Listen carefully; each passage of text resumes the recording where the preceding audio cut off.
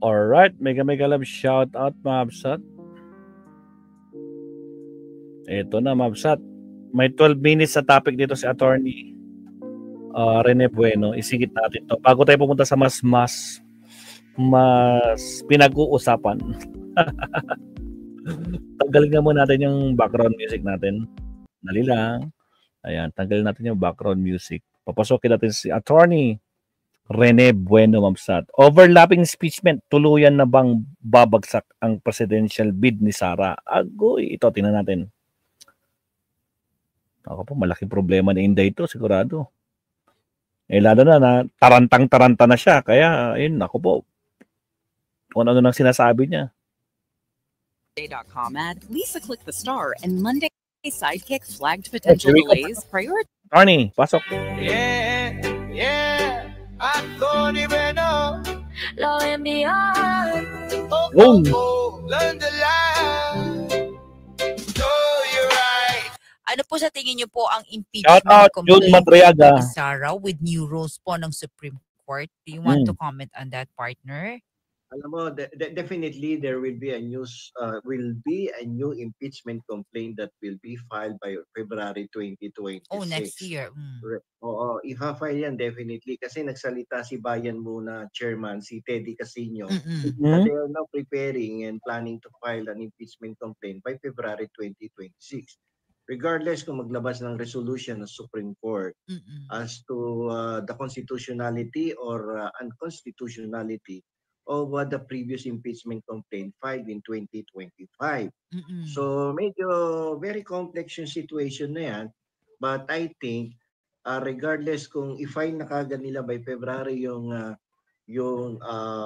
impeachment complaint for the second time, ay magtutuloy-tuloy yan. Unless na lang yung Supreme Court ay maglabas ng resolution, nagkaroon ng nagpang-abot yung petsa, nag-file ng complaint, sabay labas ng resolution ng Korte Suprema declaring the first impeachment complaint as constitutional.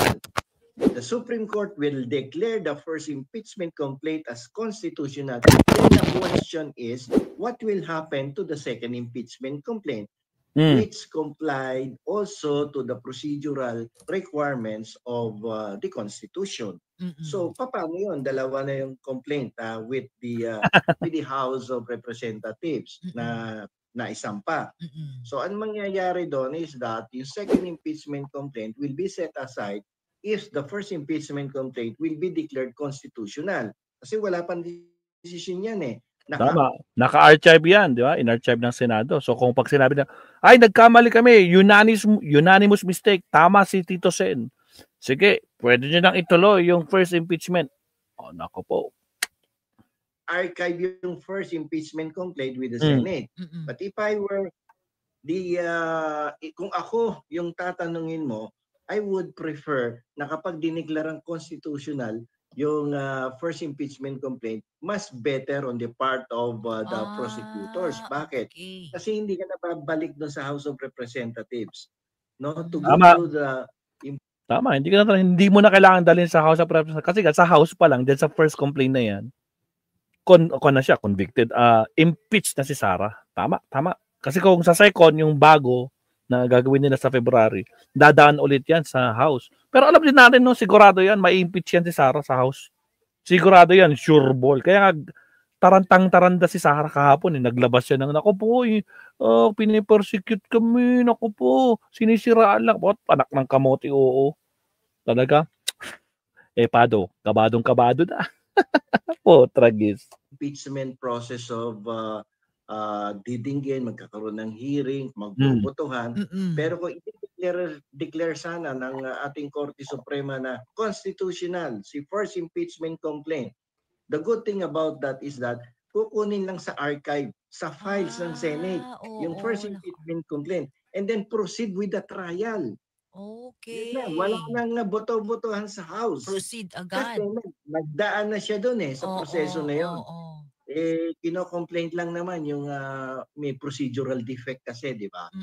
So, pag dineklara ng Korte Suprema this coming month, palagay natin, dumeklara ng January or February, nagpang-abot sila. Diba? Nag-overlap doon sa petsa. Mas maganda kung madeklarang constitutional para hindi na para wala nang magsasampa ng impeachment complaint sa House of Representatives. Okay. But on the other side of the story, partner, if hindi naman naging gano'n ang desisyon. Yes. On the other hand, if the decision of the Supreme Court would be the first impeachment complaint is unconstitutional, then the House of Representatives needs to begin all over again the impeachment process. Pag may nag-file, dadaan na naman sa sa judicial body ng committee ng ng House of Representatives. Tapos ipapasa sa plenaryo. So in the same process that the first impeachment complaint has passed through, ganun din ang mangyayari. Now we will ilang buwan na naman yon argumentation and debate ulit doon sa House of Representatives. So mas maganda kung madeklarang constitutional, hugutin na lang sa archive. Ay, yun lang. Yung file sa Senado. So antay natin yun, partner, no? Oo. Yun pala yun. Medyo takot na doon at medyo nakakaramdam si Sara Duterte na parang may magsasampa nga daw ng second impeachment. Ramdam niya na. Pwede na magsampa sa February because of the fact na anniversary na Naomi Chin, shout out. The 1-year ban for the filing of the impeachment complaint. Malilifted ban So pag na-lifted yon, pasok another impeachment kung walang resolution ng Korte Suprema in favor of the impeachment complaint. Tanong ito ni Maylene. Attorney, good evening po. Pag nag-resign po ba si Sara as Vice President, edi wala na silang magagawa, makakatakbo po talaga siya sa 2028? Yun yung last source niya. Pero I doubt if she will resign. Yun yung last source niya para... Yun lang ang dahilan niya para makatakbo siya by 2028. Wala na. Very risky yun. Dahil there is no assurance that she will win by 2028. Kasi medyo bumababa yung yung popularity niya. And the more na may mangyari sa tatay niya before 2028, mas mahirap din, negative yun sa kanya pag nawala ang tatay niya. Bakit? Kasi yung iba sumusuporta kay Sara Duterte, kaya lang sumusuporta yun because of the father. Ang may karisma talaga si Digong, hindi si Sara. Dating Pangulo. Sara will run for president alone without the backup of the father. She will be having a hard time na manalo as president. Definitely. Hirap siya doon. Pag ngayon, sabi ng iba, may nagawa pa ng analysis, pag namatay si Duterte, wag naman mangyari. Pag may nangyari kay Digong, that would work in favor of Sara Duterte. Why? Because binabase nila sa nangyari kay Ninoy at Cory Aquino. Parang history repeat itself, binabase partner. Nila sa nangyari kay Noynoy. Di ba? Binabase nila sa nangyari kay Leni Robredo. Okay? Nung mamatay ang kanilang mga asawa, nanay at tatay, ay gumanda ang takbo ng politika to a higher position ng mga asawa at anak sa politika, naging presidente. Si Cory naging presidente, si Leni naging vice, si Noynoy naging presidente dahil namatay si Cory Aquino. Now, will this be applicable in the case of Sara Duterte? Hindi siya applicable. Bakit? Kasi si Ninoy namatay ng medyo magandang imahe sa mata ng taong bayan. Okay, that's analysis. All right. He was treated as a hero. Correct. By majority of the Filipino people. Yeah. What about Cory Aquino? When Cory Aquino died, marami siyang following pa rin, and she is also considered as parang icon ng democracy. Yeah, democracy. Kasi yung naging instrument the people power. Kung balik ang demokrasya sa Pilipinas, yung people power.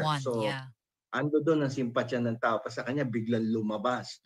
Ngayon, sa kaso ni Leni Robredo, Ganon din kay Leni Robredo. Ang asawa niya si Jessie, napakaganda ng reputasyon sa Naga City. At namatay while working, no? As a secretary of the DILG. Yeah. But what about Digong Duterte? Let us compare do sa 3 situations. Yun lang, attorney, paktay. Presidente advice. Si Digong, pag may nangyari, sabi ko, wag naman mangyari.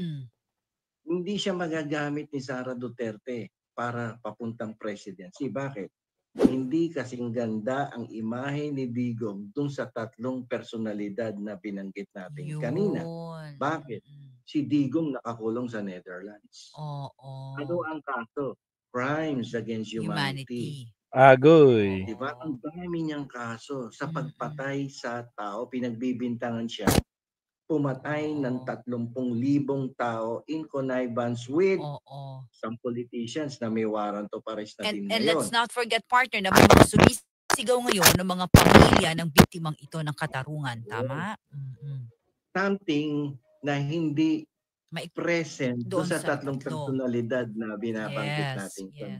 So masyadong negative yung imahe ni Digong as compared with the 3 personalities na naging presidente, yung asawa at yung anak. Very good. Oops, narakan tayo. Sige na nga po. Sa mga bagong pasok dyan at saka sa mga team replay natin dyan, baka naman huwag kalimutan mag-like and subscribe. Maraming salamat. Thank you for that analysis, partner. Very good explanation. Ang laki talaga ng pagkakaiba, no? Galing. Malaking pagkakaiba kasi yung iba katulad ni Harry Roque, sinasabi niya pag may nangyari kay Digong, that would be the signal that attorney, sino maniniwala kay Harry Roque? Mga garapata lang naman naniniwala sa kanya. Diba? Ang isang pugante, nakapaw, ang naniniwala sa kanila yung baligtad ang utak, attorney. Ganun yun. Sara Duterte will become president. Mali si Roque. Is it mindsetting? Mina-mindset niya pero that will not be applicable in the case of Sara Duterte because the position of Digong is very much different against the position of the 3 personalities na namatay ng dahil sa bayan. Ito, may question. Di ba? Questionable ang integrity. Correct. Ni Digong. At saka umamin din, attorney. Umamin din talaga si Digong dyan. Inamin din niya. Hindi lang matanggap ng mga garapata kasi nga nilaglag din ni Tatay Digong lahat. Yan, si Bato. Commander ko yan ng DDS. Commander ng death squad ko yan. Sinabi niya, harap-harapan kay Bato. Hindi po, nagjo-joke lang po si Tatay Digong. Putragis. Nililinis nila yung kalat ng tatay nila kasi nga wala na. Nag-meltdown na din. Nasabi niya na lahat, no? Talagang, nakapo, walay na. Game over na talaga. Tapos ito pa, sad news sa kanila, mga absat. May sad news na naman sila. Alam nyo? Tingnan, pakita ko. Sige, mamaya. Pagkatapos nito, pakita ko. May sad news. Talalahanin natin, kapwa din natin mga Filipino na mga pamilya ang sumisigaw ng katarungan. Ayun. Okay. And I think then, partner, kumpara noon to the people, whatever people power, yung original, nowadays kasi, partner, this is just my personal opinion. Parang ang tao kasi, partner, is more on focus na lang sa trabaho, kung paano kakain 3 beses sa isang araw. Minsan wala na tayong pakialam sa mga politiko. Ang pakialam natin. Nung araw kasi nagkaroon ng people power kasi alam mo, partner, di ba, wala pa naman social media, no? Yeah. Ngayon kasi mabo-voice out na natin sa social media. Yung kumbaga sumabog yung nararamdaman ng tao. Walang mapagsabihan, sa hindi social makapagrally media. basta-basta. Ngayon, pwede kang tumira kahit anong araw. Pwede mo ngang murahin di ba? Murahin sa laitin mo yung... So kapag may nagtawag tuloy ng mobilization ng yung mga rally, protest, konti lang pumupunta na, hindi katulad ng araw. Kasi more na express na nila through social media, no? And hindi na mauulit yung people power before, yung dalawa, yung people power ni Cory tsaka yung people power kaya naupo si Gloria, no? Tinanggal si Erap. Hindi na maulit yun. Pwede maulit PP power na, hindi na people power. PP power.